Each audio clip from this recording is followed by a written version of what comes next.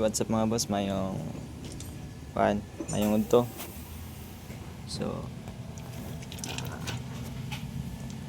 bugi po ang electrician na dati, okay.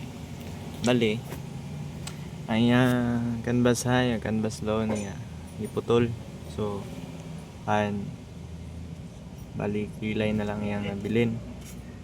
So bali ato ning gidugtungan ng terminal, ikuan na itong line terminal kay wala si sumpay. So para may scan na to ni.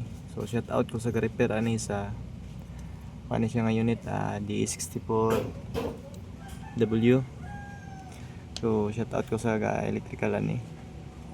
Indot po mo electrical sir kay kanjud pang genius idea pero di nakalusot dire sa mua.